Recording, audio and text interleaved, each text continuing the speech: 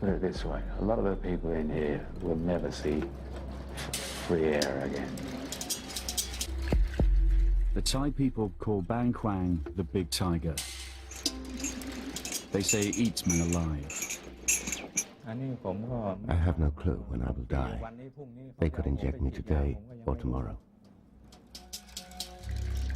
In the West, it is being known as the Bangkok Hilton. But there's 24 in the room, which is really hard, especially just to get to the toilet because everyone's all over the floor.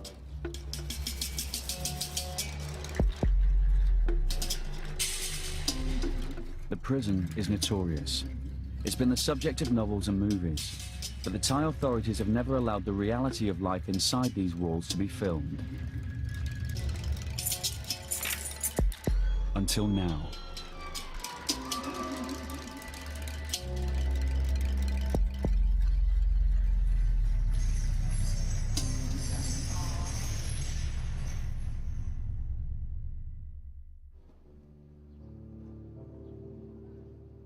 Bang Kwang prison is at boiling point. In the last few years, the prison's population has trebled because of a government crackdown on drug trafficking. 7,000 men are now packed into a prison built to hold around half that number. ขึ้นกันนอนเตรียมขึ้นก่อนนอนนะตรวจคนเอาพร้อมแล้วขึ้นได้เลยแถวที่3ลุก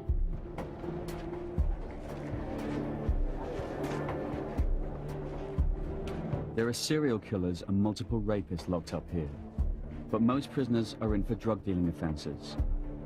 In Thailand, drug sentences are harsh, minimum 25 years, to life, to the death penalty. The prison guards have arranged extra heavy security, but they're nervous.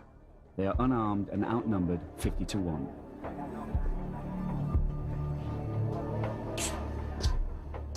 น้องดูสิน้องช่วยดูพี่เขาหน่อยอย่าให้ใกล้มากนะอย่าให้ใกล้มากอย่าเข้าไปในห้องนะอย่าให้เข้าในห้องนะเข้าในห้องเดี๋ยวมันเข้าไม่ได้เลยล็อกแล้วเดี๋ยวมันปิดประตูล็อกเอาไม่ออกแล้วเสร็จเลยวันนี้นักข่าว BBC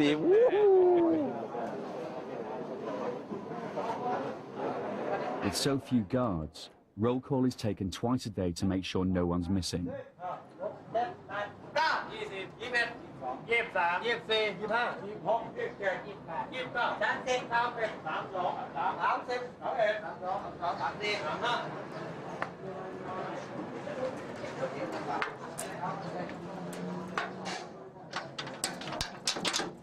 รูดเพื่อตรวจว่ามันรูดยังไงจะรูดฟัง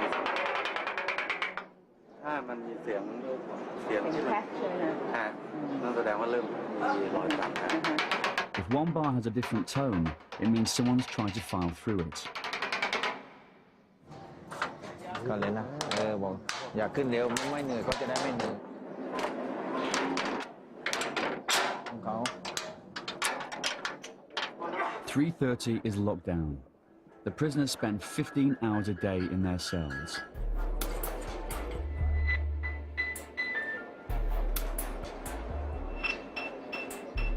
You literally cannot lie flat on your back. Put your hands on your stomach. If you do that, your elbows are on two other beds. That's pretty damn close, and that's 15 hours a day.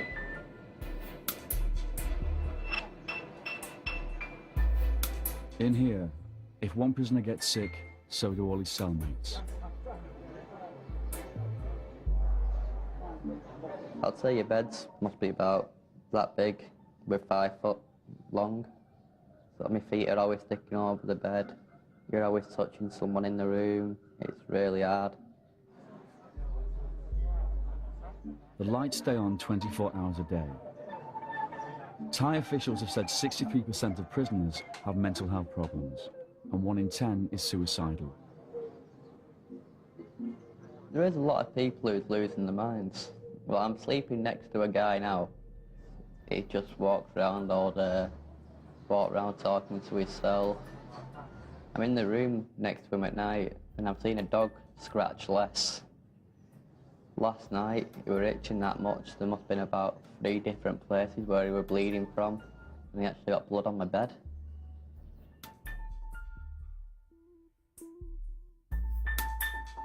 Many will die here, and many more will be put to death.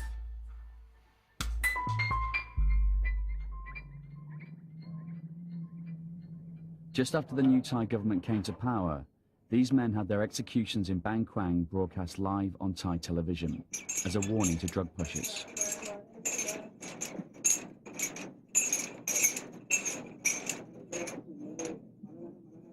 In the street outside the prison, there's another warning. This sign shows 560 inmates face execution for drug offences. Ampon Bertling is one of them. His shackles are welded on permanently. He faces death by lethal injection. The execution order could come at any time.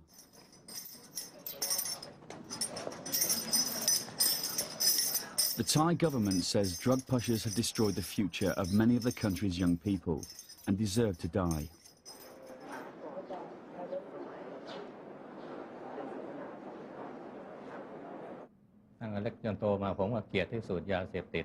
All my life I hated drugs more than anything.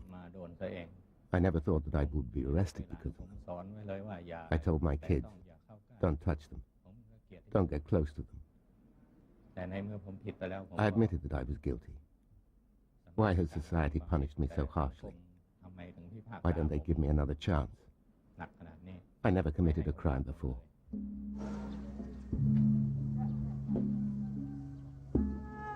The tough sentences are popular. The prison's resident Buddhist monk, like the majority of Thai people, has little sympathy for drug traffickers. Drug dealing is a type of mass murder. It can destroy whole families.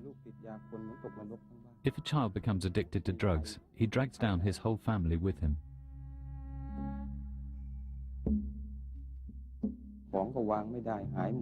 The child starts to steal everything, which ruins the family's reputation in society.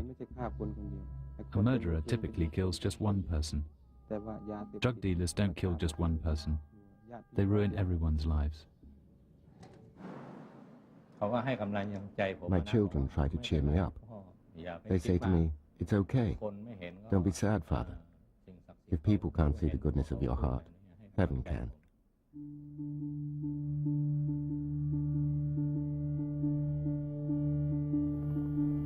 Thailand is fighting a drug problem far worse than anything yet seen in the West. The country is a major through route for drugs. Heroin and speed pills are manufactured in Burma. The drugs are then trafficked through Thailand to Europe and America, with much of the profit going to the Thai agents. But now, Thailand has a major drug problem at home. Methamphetamine pills, called yaba, now as cheap as $1 a pill, are flooding the local market. In recent years, yaba has found its way into schools. Child addicts in the streets have become a common sight.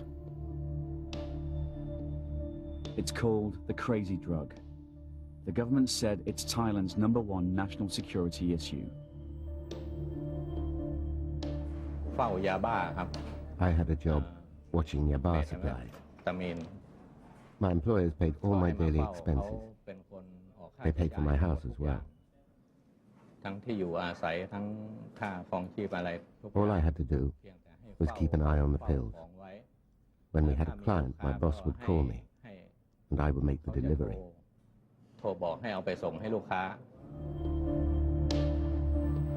2 years ago, Thai television broadcast details of cases of violence by people high on yaba. This man threatened to drop his own son off a building.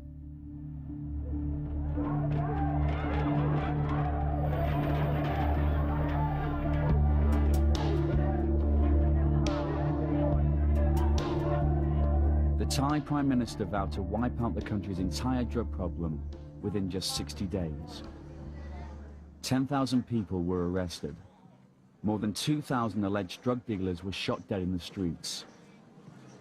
The authorities said it was gang-on-gang killings. Human rights groups say it was the Thai police. One day, the police caught my partner and forced him to call me to deliver some pills to an undercover officer. I was arrested immediately. The police decided to arrest any suspect they could find. That's why prisons are overcrowded these days. They weren't looking for the real criminals, otherwise they wouldn't have bothered with us.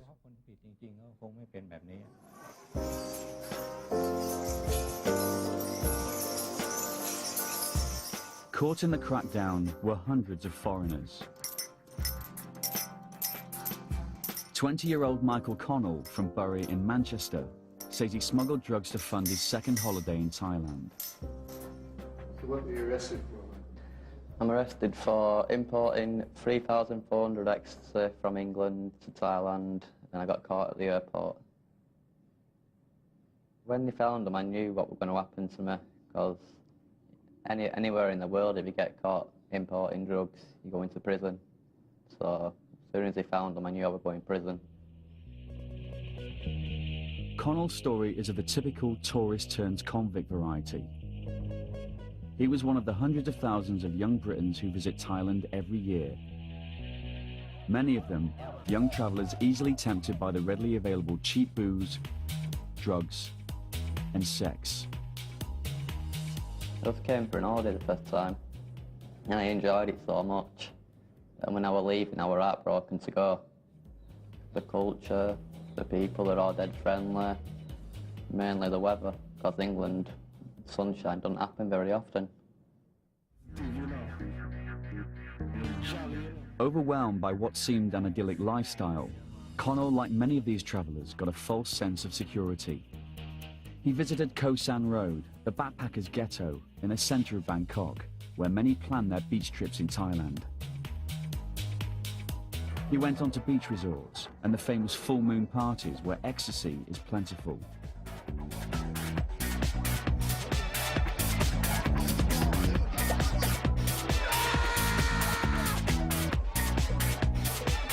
So I wanted to get back, but because it's so expensive to come over, I had to find a way to make money. Connell didn't want to say where he got the money to buy the drugs. In November 2003, he arrived at Bangkok's international airport for his second vacation in the land of smiles. Customs officials found the ecstasy tablets in his travel bag after they were detected by an X-ray scan. Went to collect my bag, and for some reason it were already off the rail going round. So I just picked it up, walked through the customs, and then they said, "Stop, can I search your bag?" So they put my bag through the X-ray machine, opened the bag, put their hand in, just poured them out.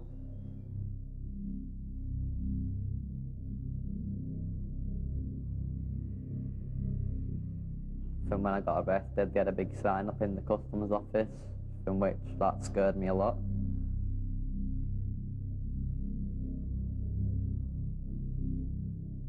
I just sat there looking at it and just praying that I don't get the death penalty. The pills, with a street value of £50,000, were wrapped in plastic and hidden in 2 face cream jars. Michael escaped the death penalty by pleading guilty, but was sentenced to 99 years in prison. Michael, do you have a message? I do.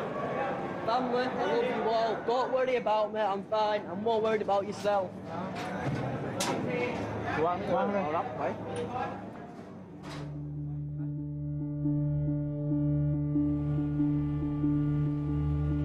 Anything could happen to you in the time you've been here.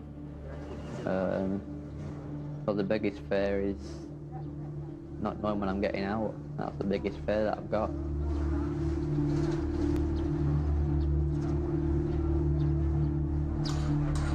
Connell has been put in Building 5, which is reserved for young and dangerous prisoners.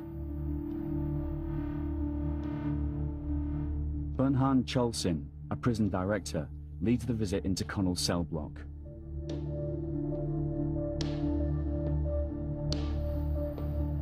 20 guards gather for extra security, but there is tension in the air.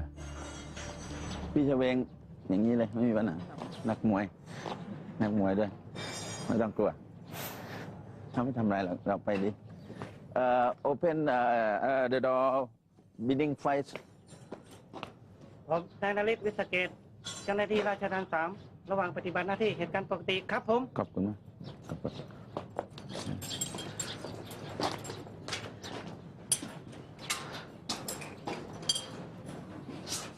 ประตูจะเปิดพร้อมกันไม่ได้ประตูเนาะมี2 ชั้น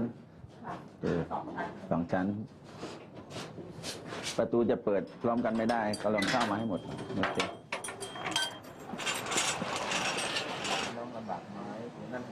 ความคล่องตัวก็มีแล้วเจ้าหน้าที่ก็ไม่เครียด Compound 5 contains about 1,000 prisoners, but there are only 13 or 14 guards on duty.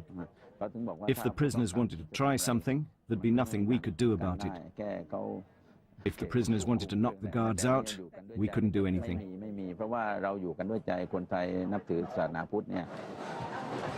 Warden Bunhan is concerned about the safety of the female Thai interpreter. ไม่เป็นไรน้องตามสบายไม่ต้องตื่นเต้นเขาดูมากนะเพราะเขาไม่เคยนานๆผู้หญิงเข้ามาอันนี้โรงฝึกวิชาชีพหน่วยงานเย็บผ้าอ๋อเขาฝึกที่ไหนเลย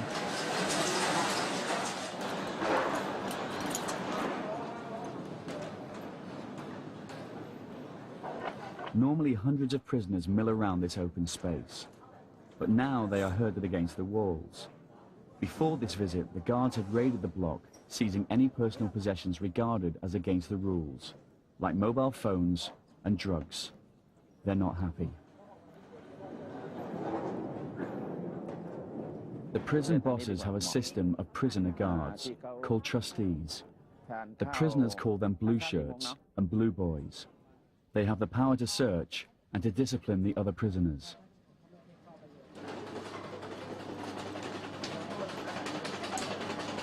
It's difficult to be a foreigner here, because in the building I'm in, I'm the only white guy in the building, so I stand out a lot.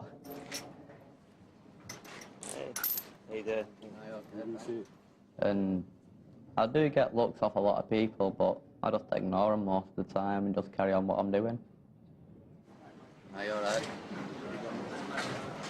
I was expecting that. So this is where you hang out all day? Yeah, this is where I hang out, yeah. Well, only place where it's quiet. Right. As a new inmate, Connor must wear leg shackles for the first 3 months. Well, I can't really play football at the moment because I've got the chains around my legs, but I've got another month now left with them on, so hopefully they should be off in a month, then I can play football. Life in Bangkwang largely depends on how much money a prisoner has. Poor inmates work for the guards or for other prisoners to survive. A lot of people there haven't got any money, so you've got to basically help the ones who haven't got the money, so he does me washing, and then I give him food and stuff like that, and cigarettes. Each inmate has a bank account in the prison. They can buy food and toiletries from the prison shop using a coupon system.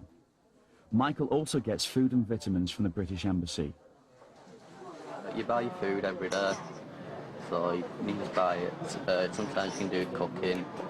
Plus the embassy comes every 6 weeks they come and they bring me like stuff like fresh bacon, ham, cheese. It's not the embassy who gives us the money every month. It's a charity called Prisoners Abroad who gives us 2,000 baht every month, which is actually a really big help because my family ain't got that much money to help me with. I don't know if they let us. The guards have had enough. It's time to leave Connell's cell block.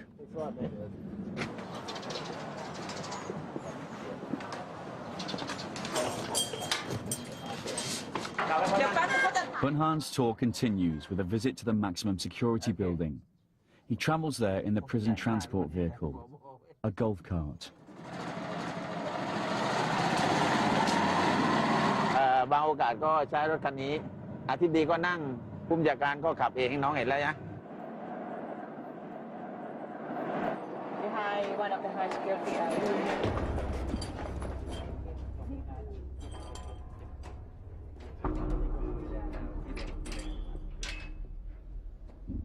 The inmates call it the jungle.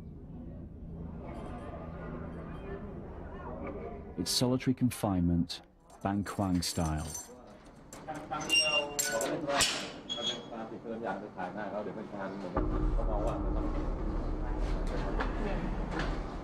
I've heard about solitary. There's not a toilet in there, it's just a little bucket in the room. One guy said you're lucky if you can just lie down on your back, flat, but I plan not to go up there.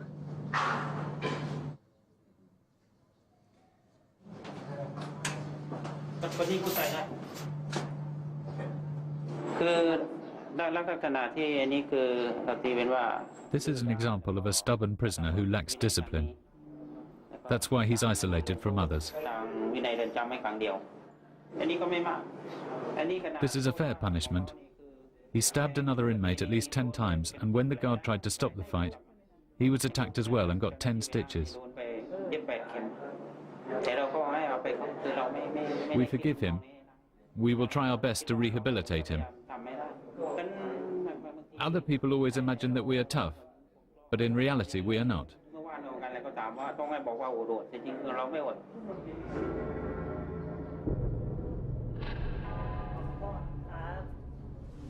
ฐานฆ่าผู้อื่นตายครับโดยเจตนาและไตร่ตรองครับ ถูกตัดสินจำคุกกี่ปี ประ คะ หารชีวิตครับ เหรอคะ แต่ก็ผมไม่ได้กระทำความผิดอะไรเลย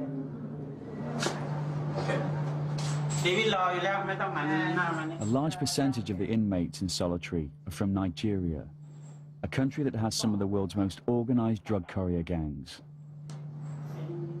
Why are you in solitary? Exactly. I thought we had a problem with another prisoner. How long have you been in solitary for? 3 months. You get out during the day? Yeah, twice in a week. Get out twice in a week? Just for 1 hour. 1 hour. Nigerian drug couriers take delivery of heroin in Bangkok and send it home to their capital of Lagos. With Nigeria's rampant corruption, getting the drugs through Lagos International Airport does not pose much of a problem. In Nigeria, the drugs are repacked into smaller parcels, often into condoms that couriers swallow and take to Europe and America. What are you convicted for? Drugs. ชาวไนจีเรียมีปัญหา The Nigerian prisoners are problematic. They try to sell drugs, even though they don't take them themselves. I've talked to them. I understand that they're from a poor country. They need money to support their families. What are you in here for, man? I have problem with my building. Your building? Said I use heroin. Many Africans don't have embassy support, unlike American and European prisoners. They have little or no legal help. How many years do you have to serve? I'm on life sentence. What's it like in here? Well, we provide for ourselves. We don't have enough food, so we have to survive on our own. In the past, Nigerians outside have smuggled drugs and mobile phones into the prison, often hidden within food. In this way, the Nigerian inmates could deal drugs and earn money. พยายามซ่อนมาในสิ่งทุกๆอย่างอย่างเช่นซ่อนมา The Nigerians try to hide drugs in all kinds of places, but we usually catch them. They have their tricks. Sometimes they hide it in cosmetics or in the food. Sometimes they swallow it and then excrete it into the toilet. We don't have any way to detect that. When we catch them, they are punished.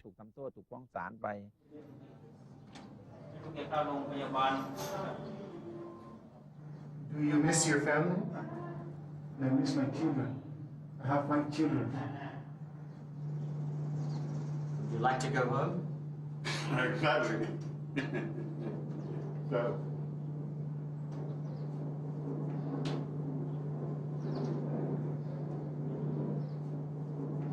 Does anybody come visit you here?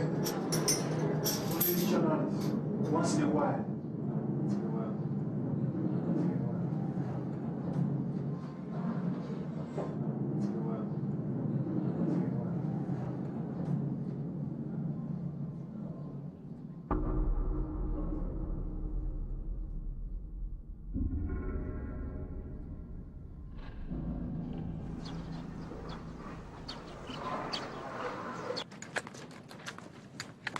Another Western prisoner who agreed to be interviewed was 47-year-old Andrew Hawke from London. Death row. They've got their chains welded on. That's my home for the last five and a half years. And home for how much longer? Nobody in this place can say with any degree of certainty when they are leaving. Nobody at all. Permission for filming is denied inside Hawke's compound. The last visit inside Connell's proved too dangerous and disruptive.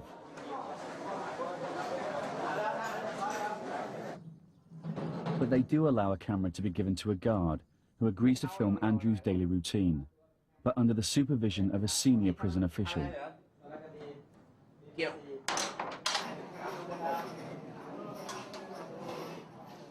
Well, I'm going up to show you where I sleep. What were you arrested? Stupidity. It's 800 odd grams heroin, airport. What led you to make the decision to try to do this? Desperation. Financial and personal. I was homeless at the time. Just been made that. The personal stuff I don't really want to go into.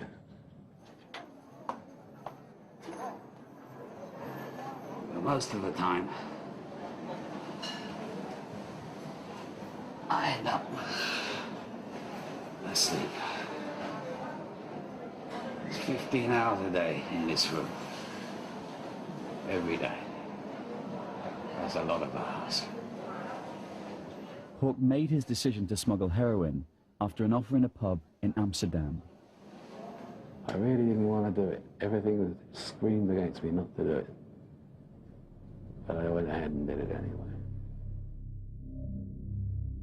I was just pouring out my sorrows and woes and basically talking to strangers like you don't talk to anybody else. Let's just say I was suicidally depressed. To be honest, I was thinking about taking a late night ferry and jumping off it. I was at the end of the rope, frankly. Slowly getting drunk. And somebody just whispered over my shoulder, I know a way you can make some money to get you out of your financial problems. And I, what? He said, well, you could fly over and do a job for me over in Thailand, give you some money, be a tourist for a couple of weeks and fly back. I said, okay. That must have been about 3 or 4 in the morning. By 2:30 the next afternoon, hungover and pretty drunk. Got taken to the airport, put in a plane. I was here. Once I was here, I was pretty much committed because I didn't have a return ticket to any, or enough money to buy one for that matter. I was arrested right before I entered the aircraft. There was a metal detector thingy you've got to walk through. God knows what triggered it off. Just remember my heart going like a trip hammer, and I was waiting. I waited for at least half an hour before the customs guys showed up. And they checked the stuff, and one of the customs guys said, maybe it's milk powder, and I just looked at him and said, yeah, I bloody well hope so. But it wasn't. Arrived here April Fool's Day. Very funny. Hawke was sentenced to death, cut to 50 years when he pleaded guilty. Oh, I deserve to be punished, I certainly do. The punishment is so severe.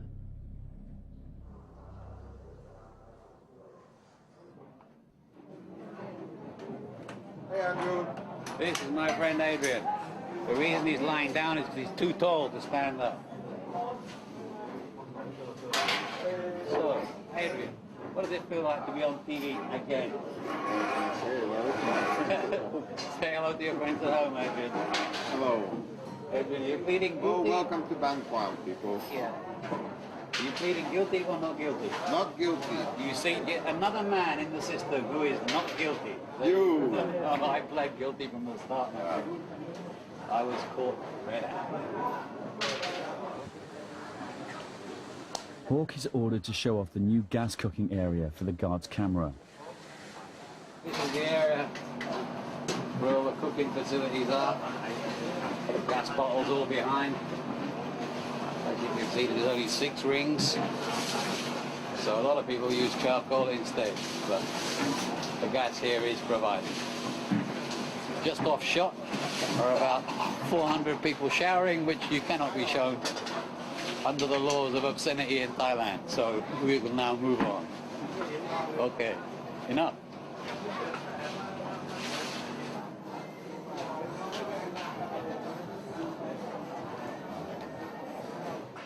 This is my friend, he's a librarian. He looks after all the books. Librarian. Most of these books were put here either by me or Adrian. About Ned Kelly and his life and times, short as they were.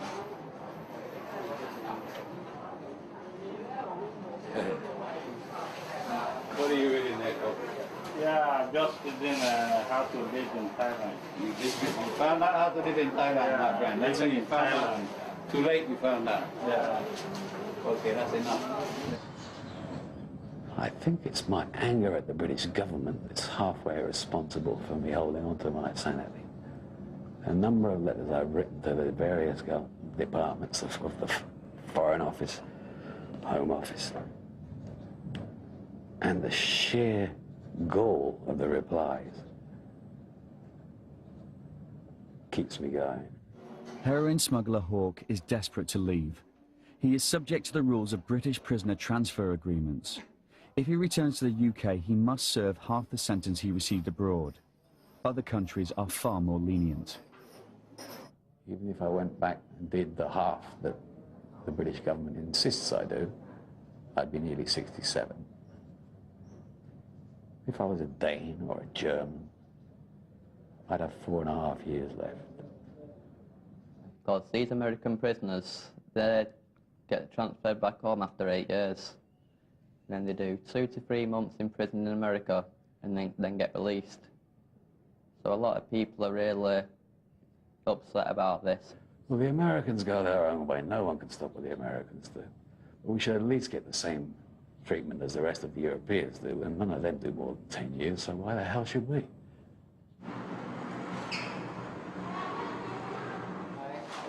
In the last few years, Bang Kwang prison has become part of the tourist trail in Thailand. Notices in guest houses encourage tourists to visit inmates. The prisoners call them banana visits because it makes them feel like monkeys in a cage. Prisoners on drug offences are allowed 1 visit a week, while all other inmates, including murderers, get 2. The prisoners sit behind a wire mesh, and the visitors at the other side of a second wire mesh, about 10 feet apart.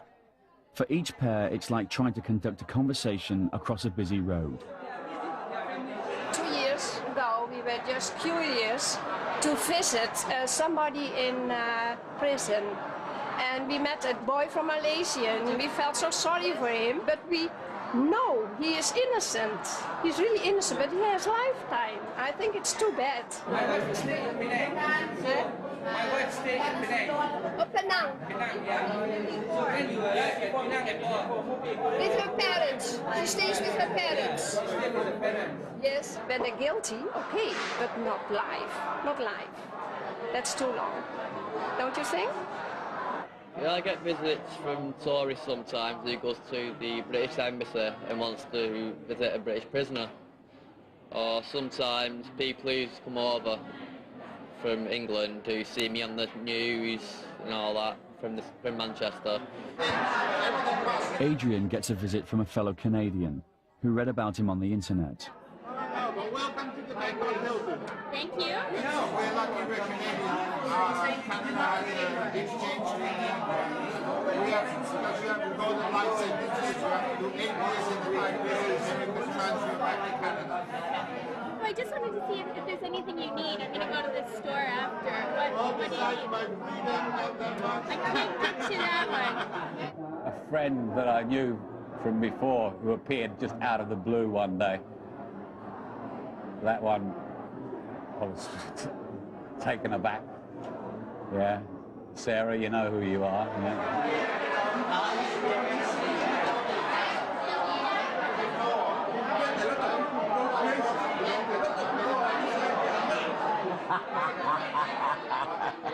They make my day, in fact.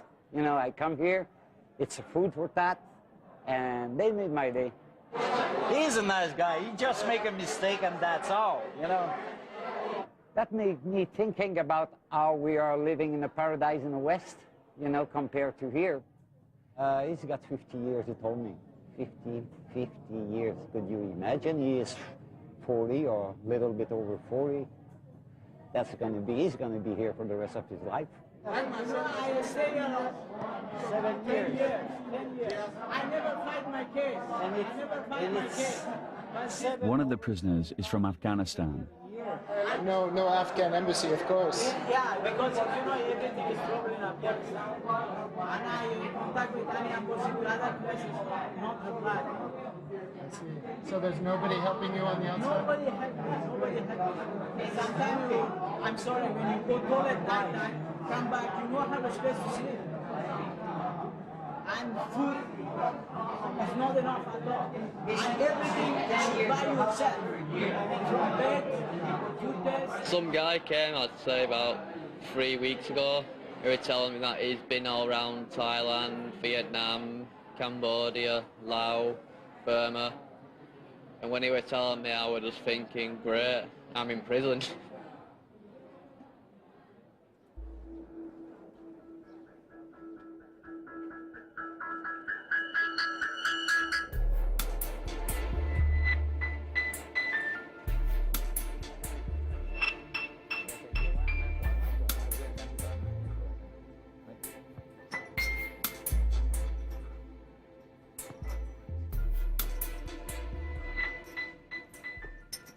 Michael, what happened to your legs? I'm sleeping next to a guy who's not washed his bed now for 2 months. I've told him to wash his bed, but he don't wash it, and I'm sure I'm getting mites off his bed or something like that. I asked him to wash his bed, but he's not all there, so he's just walked off, and he's still not washing his bed yet. Avoid any open wounds of any kind. With the water here, you have to. That's unfiltered river water we have to wash in. Try not to get sick. The worst thing you can do is get ill.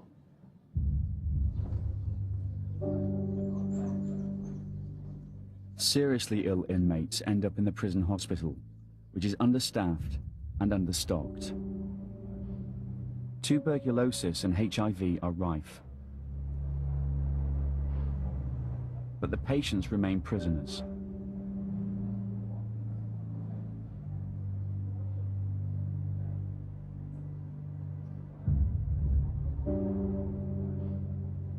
Many prisoners have developed the full-blown AIDS virus.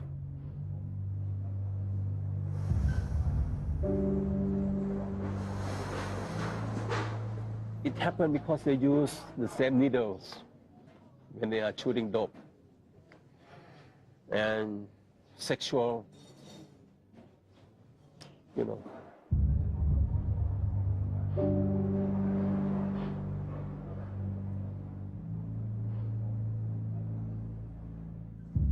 Hospitals in Thailand are partly supported by donations, but not this one.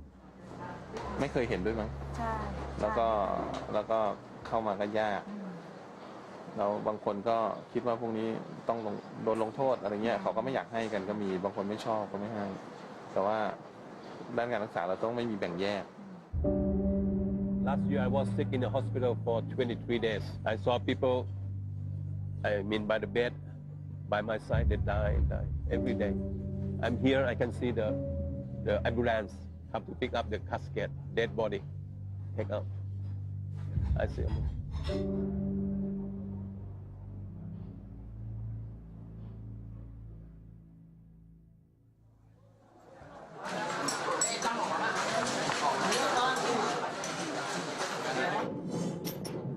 What do you have there? It's a Manchester United top. Well, I'm a really big fan of Manchester United. Even David Beckham can come over and get me out if he wanted to. มีอะไรมาล่ะมิเชลไมเคิลชื่ออะไรฮะมันยูทีมแมนยูเหรอเรื่องอะไรแล้วเขามาให้เรื่องอะไร In Bangkwang, there is a cross-section of Thai society. It's a society which is very tolerant of transvestites and those who've had sex changes. The cameraman guard is sent to film some ladyboys, as they are known here in Thailand.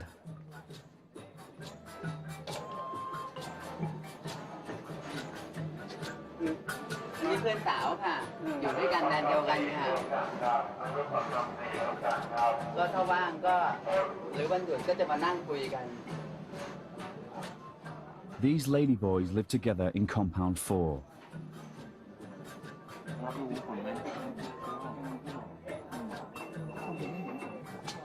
Nong is 34 and was a showgirl at the resort of Pattaya. She says she smuggled drugs to pay for breast implants. อยากผ่านนมมาอยากผ่านนม I wanted to get my breasts done, but my parents refused to give me money to do it. เงินหนูไปผ่า So I made a decision. ตัดสินใจทีนี้เพื่อนเขาก็ชักชวนไปให้ทำ My friends convinced me to do it. ก็ไม่รู้ว่ามัน I had no idea back then what I was doing. I kept delivering bags for them. I had no clue. ทีนี้ก็พอเสร็จ I spent the money on the breast operation, ก้อนนั้นก็ and 3 days after the operation, I was arrested. ก็เลยพอทำนมได้3 วัน ยังไม่มีคนถูกใจ So far, I can't find someone that I like. The man I liked was transferred, but in this building there are 1,000 men. หนูต้องจำโทษอีก I got a 40-year sentence. I have already been here for 10 years, so I have to stay for another 30 years. เขาบอกนะว่า But they told me I might get pardoned this year, so they've asked me to behave myself. มีค่ะมีความหวัง Occasionally, Thailand's king grants a royal pardon. It is Nong's only hope of getting out and having a sex change operation. During the day, Nong works as a makeup artist at the newly launched BKP TV, the world's only prison cable TV station.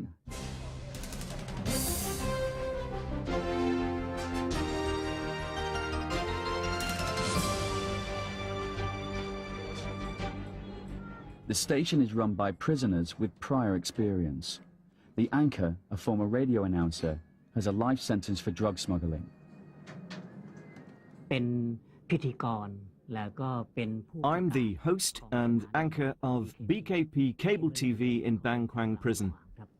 อยู่ที่นี่มา I'm beginning my 6th year behind bars on a drug offence. พรบยาเสพติดครับเพราะว่า The station started off as a collaboration of prisoners under the supervision of the guards.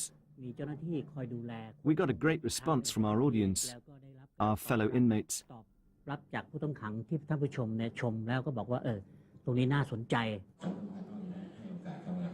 Last year, the prison bosses installed televisions in the cells.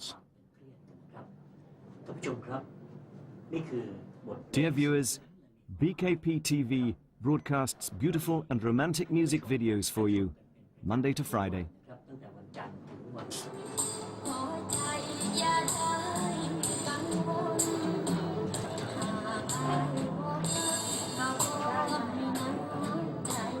Prisoners can now enjoy Thai music videos, the latest movies, and they've even had episodes of Mr. Bean to calm the prisoners down.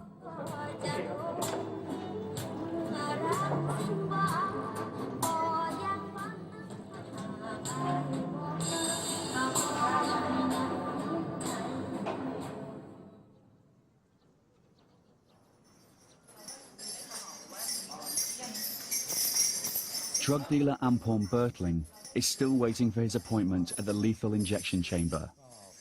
Both he and the executioner will only get 2 hours' notice before the execution. Frankly, I'm afraid to die. But I was also afraid of starving. I did it because I had nothing to eat. I didn't have any money. I couldn't get a job.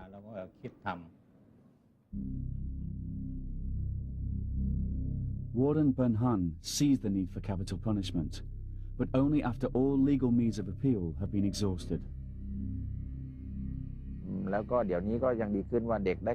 Children can see that we execute criminals, and as a result, they'll be afraid of committing crimes.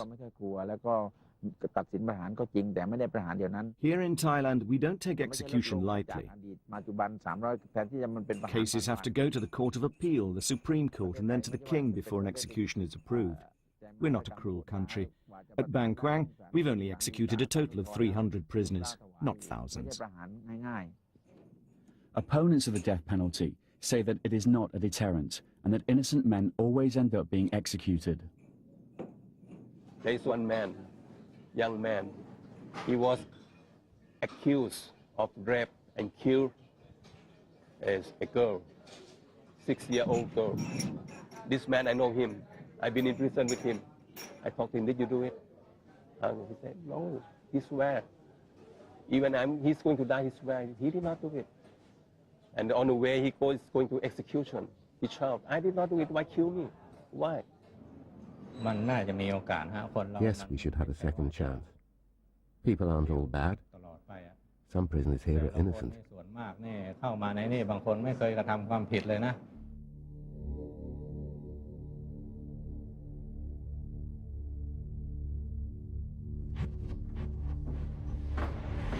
When I hear I have to do an execution, I go back home, I wash and meditate to clear my thoughts.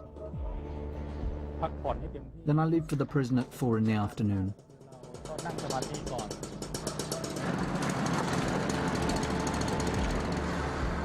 This is the head executioner of Bang Kwang. He's agreed to demonstrate his routine on an execution day, but he will remain nameless and faceless for security reasons.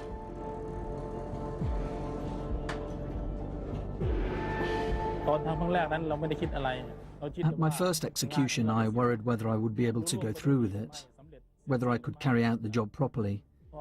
But I didn't think too much, and I wasn't scared or emotional once I did it.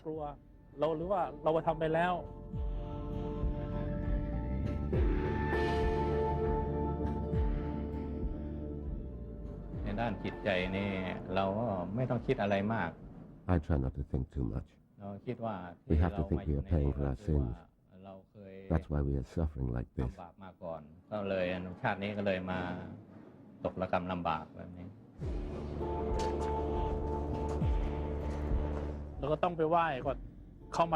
The first thing I do is go to the prison shrine and ask for blessings.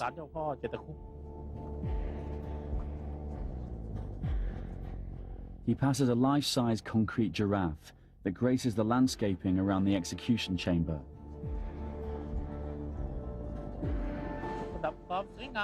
The giraffe is just to liven up the place.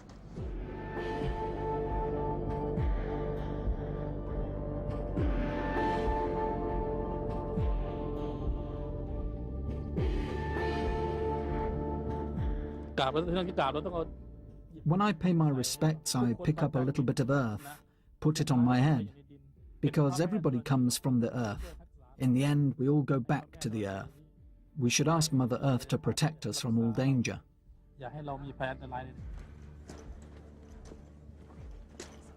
On a real execution day, the condemned prisoner will meet with the head monk of Laplay Temple, which is just on the other side of the wall from the execution chamber. He has given the last rites to every prisoner executed at Bang Kwang during the last 17 years.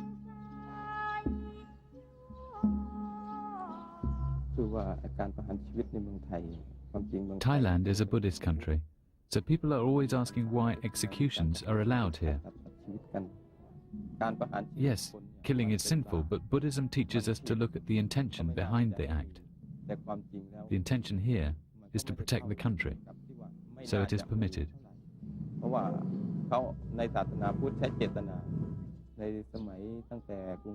Since the Sukhothai dynasty, the king has gone out to fight wars.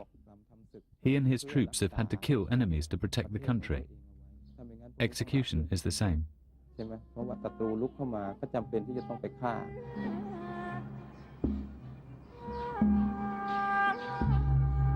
The monk tells the condemned they're lucky to die by execution because they can prepare their minds properly for death.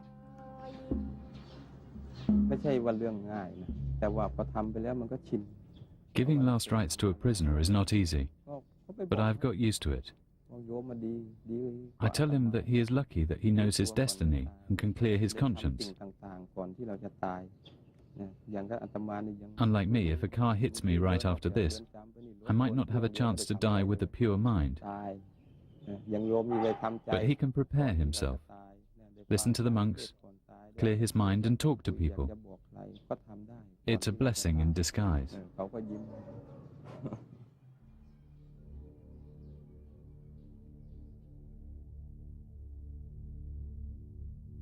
Until 2003, the executioners put the condemned to death by machine gun. They shot them in the heart from behind, so the departing spirit could not see the face of the killer and come back to haunt him.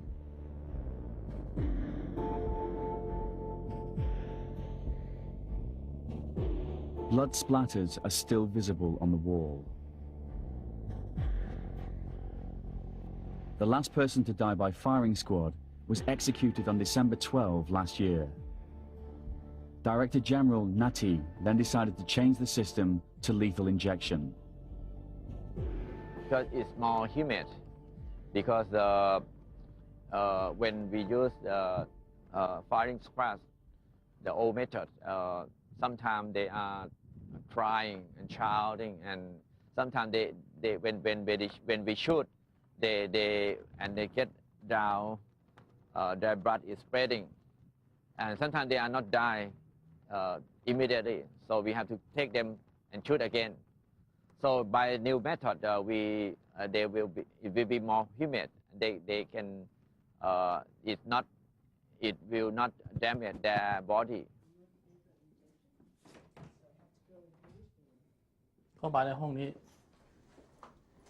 I come here to prepare the injections. The first dose is a tranquilizer. When we push switch number 1, it shows to the people outside that we're doing step 1. By the time the first injection is done, he'll already be unconscious. When the first injection is done, I push number 2, the muscle relaxant. Then we go on to the third and lethal dose.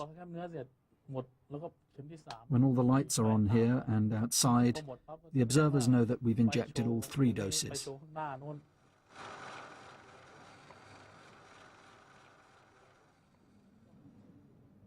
I have no clue when I will die. They could inject me today. I try not to dwell on it too much. I tell myself that we live one life and we die only once. If you're picked for execution tomorrow, it's your bad karma.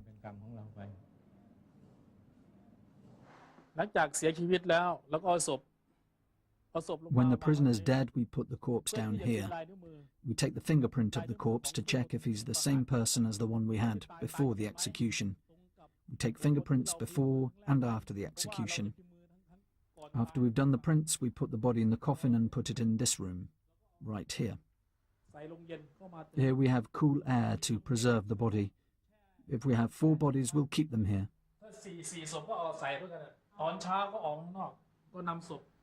We bring the body outside to check again if it's the same person. We don't want to give the wrong body to the relatives by mistake. After that, we put the body back in the coffin and walk this way. Finally, they go out of that door. The small red door is how prisoners on death row leave the big tiger. They call it the Ghost Gate. The gate only opens the day after an execution. Prisoners carry the coffin out into the temple grounds. If relatives are waiting, they claim the body. If not, the body is left in the temple cemetery. When there's no space left, the monk will cremate the bodies. He now guards the urns of the unclaimed. I still have them and have labelled their names. This was Mr. Somsak Pornarai and Mr. Deja Sawanasuk. He raped his stepdaughter. This was Mr. Tapoy Ho, a Karen tribesman. I pray for them from time to time.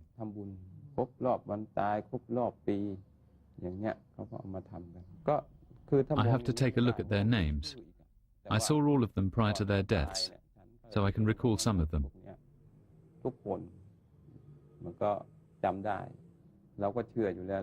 I've always believed that people must face the consequences of their actions. Even if you don't get caught today, one day your karma will catch up with you.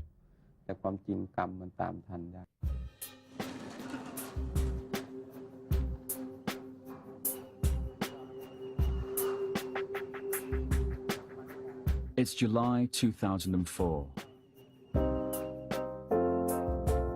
Ampon Bertling still awaits his fate on death row. I pray for another chance.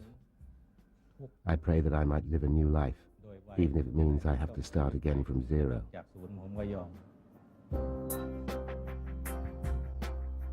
Director General Nati is building new prisons to ease the overcrowding problem at Bang Kwang.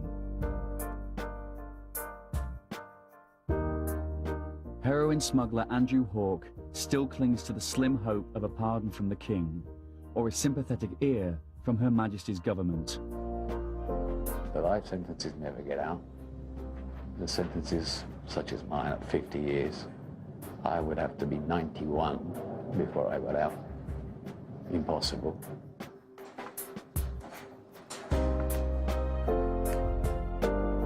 Ecstasy smuggler Michael Connell has served 6 months of his 99-year sentence.